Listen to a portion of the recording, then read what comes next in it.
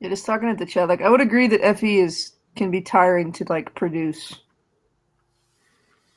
especially if you're kind of having to like be the main Yeah, FE around. I That's think super tiring. I think ENFPs can look like they have better FE than they do because their FI being tied with any. The tricky thing is their TI in the seventh, because that's why they get a reputation for being flighty. They don't get consistency at all. They're not going to prioritize consistency in anything.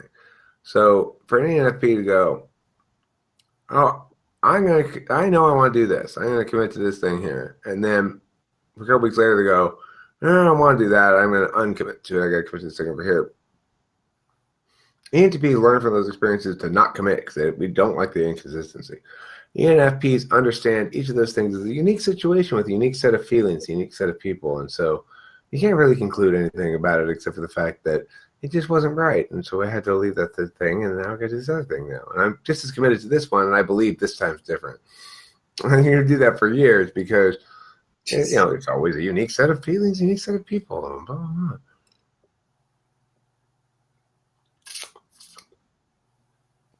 FI Poir, having Poir, how much Poir or whatever? So polar. That's POIR. Having polar TI or FI equals flighty. No, I think NE dominant equals flighty. But it is notable, of course, that you're going to have one of those two judging functions as a polar. I think the TI part means they're inconsistent, which is a little different than flighty. I might be flighty, but I'm reliable about important things or things that are commitments. I think ENFPs don't understand their own limitations when it comes to making commitments, so are more likely to be unreliable in commitments. But I think they're more reliable in some sense than they're more reliable. Well, definitely more reliable in their judgments than the ENTPs in terms of what they want and shit. If you ask ENFP what they want, they probably have a good answer for you. I asked that question at the outset of this stream, and all of us ENTPs just kind of looked at each other like, what do I want? What do I like? Can I tell you what I don't like? I think it's what Audra said this. What But I don't like. Things I don't like. And we're like, well, I'm hungry.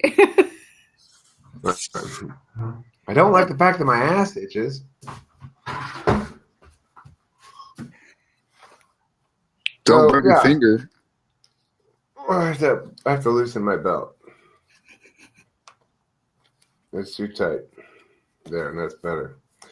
So, what do you value? Value Pats? Value McGee at ENFP? What do you like? What do you want? What do you think? Tell me what you want, what you really want. Tell us about feelings. Feel our moistures together. Together, you, me, and our moistures are going to have a great time.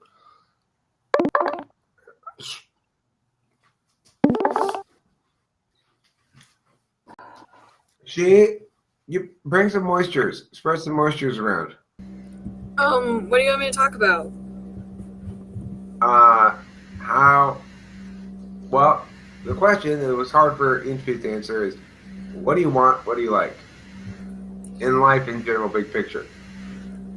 Oh, gosh, where do I even start? Well, what do I want out of life? Yeah, in life, what do you want in general in life that you don't currently have? Or how do you know when you go, yes, I've achieved what I want? I want, it's gonna sound so lame. I want, enjoyment out of, doing, things that, normal people do. You know? You want to get pleasure out of going to the post office? Well, yeah, just like, or at least not be like, not hate it so much, you know? Oh my god, I love it here. This line is my favorite line to say. Like that? Don't you just love the aesthetic, like organization of the post office boxes? I mean, Having, geometry is just amazing. yeah.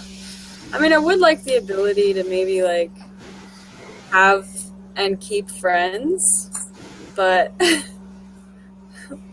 I'll be your friend, Janelle. but I'm really lazy and I don't really like one-on-one talk too much. It's like I get really nervous. So that's I'm why. an easy friend. What? You could be my friend. I'm an easy friend. Okay, thank you, Aaron. All you gotta do is send me a Facebook message saying, I feel bad, and I'll say, aw, here's a sticker. And I'll send you a sticker. Oh, that's so much work. It's that simple to solve all your problems. Is that how it works? Is that how friends work? Like, hey, I'm feeling bad. And Yep. then, Now shoot you a sticker. One of those little cute little cats with a smiley hanging there. Something like that. Do you think technology has brought us, since it has brought us the ability to respond to things like that, this sticker has actually increased our emotional responsibility? Yes, I do. I actually feel more emotionally connected to people because of stickers on the internet. When really? somebody sends me a smiley face, I go, oh, I get it. I understand better. You know. So it sounds like you're saying what you want is act, but you also say what you want is lazy. That's good. Wait, your mic started breaking up. I think you. Yeah, maybe. Hang on.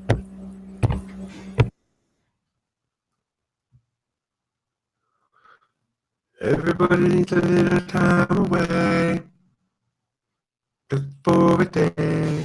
It is your mic. Is it? Yeah, Robot Eric.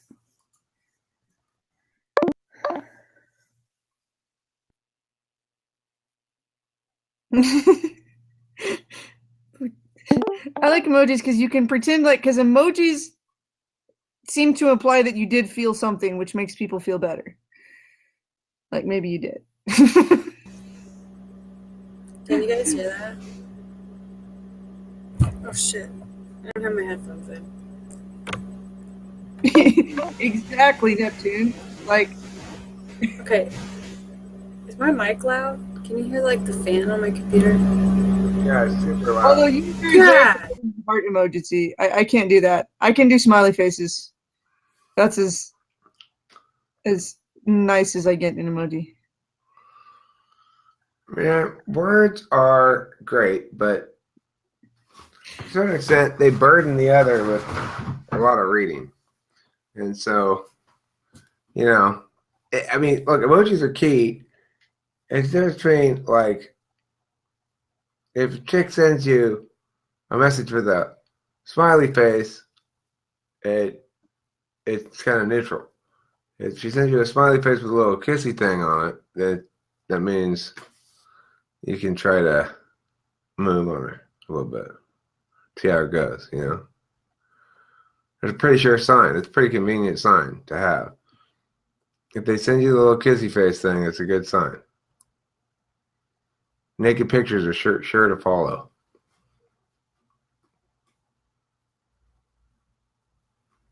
Eric's colors taste good.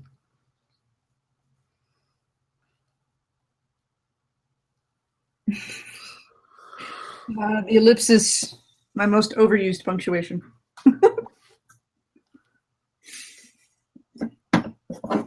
I send all the love emojis. I only want eggplant emojis from people from now on. More direct. What's eggplant?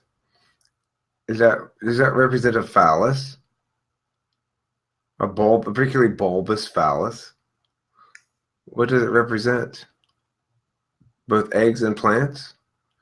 My mind's not in the gutter. That's why I use the scientific word. Eggplant's disgusting. You don't even want to look at it. It means they want to make food for you. Is that gay code for anal sex? No. I'm sorry, Neptune. Gosh, I'm easily confused by these things. I as an old man, I just don't know about these kind of things. I've got to. It's a flippin' aubergine. Oh my god, what's an aubergine? Lol. Are emojis FE? Yeah, lol's FE. You know who FE's all the time with his shit to make sure I get his emotion is Abraham. Abraham's much more concerned that I get his tone than that I get the content of his words. Even though his tone, well, actually sometimes it does have a positive effect of making me check myself before I yell at him. He'll be like, prep it. Tone is so crucial though. I've had this fight too many times. My ex-wife used to say she didn't like my tone. I said, oh, well, I tell you what. Could you actually respond to the content of my words? Then we could talk about my tone. And she'd say, see, I don't like your tone. I think that's definitely a problem, yes. Keep talking, Audrey. I couldn't hear you. Say that again. I was just agreeing with you. Like, me and my brother got into lots of... We've gotten told that a lot, I know. And ESTPs are concerned with your tone, even if they don't have feelings either. Man, fuck tone. The reason my tone got snotty is probably because the person's not listening to my words in the first place. Usually I give somebody a chance to hear my words. When they insist on ignoring them. Yeah, you're like, all these words, and then else. you're like, tone, and you're like, but what about the words? And then you actually do your tone gets worse. Like, I wasn't annoyed, but I am now. I think, maybe. I used to try to talk to Candace in all different possible tones. What she didn't like is me pinning her down. Yeah, it's not the tone that they don't like. That's just the excuse.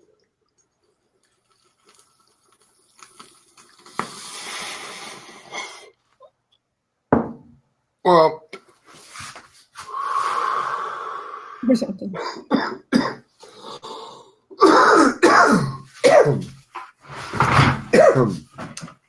And see, I think I'm better at emoting even through text than I probably am. Because I'm thinking about it when I'm doing it in text, and when I'm talking, I'm not thinking about it. I'm thinking about the words.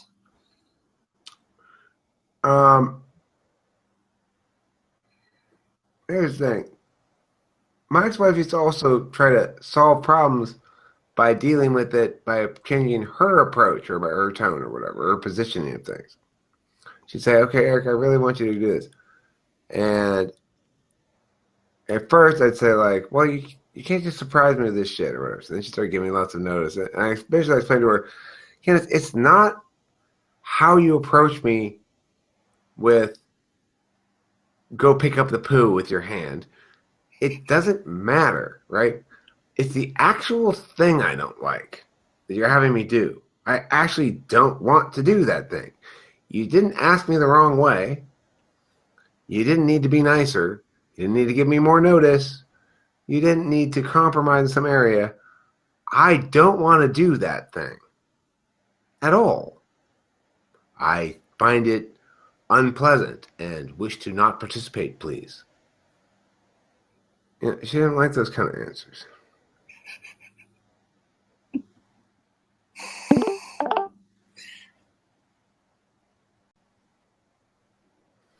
Yeah, let me give you a very long and detailed explanation as to why I'm not going to do this. It doesn't work.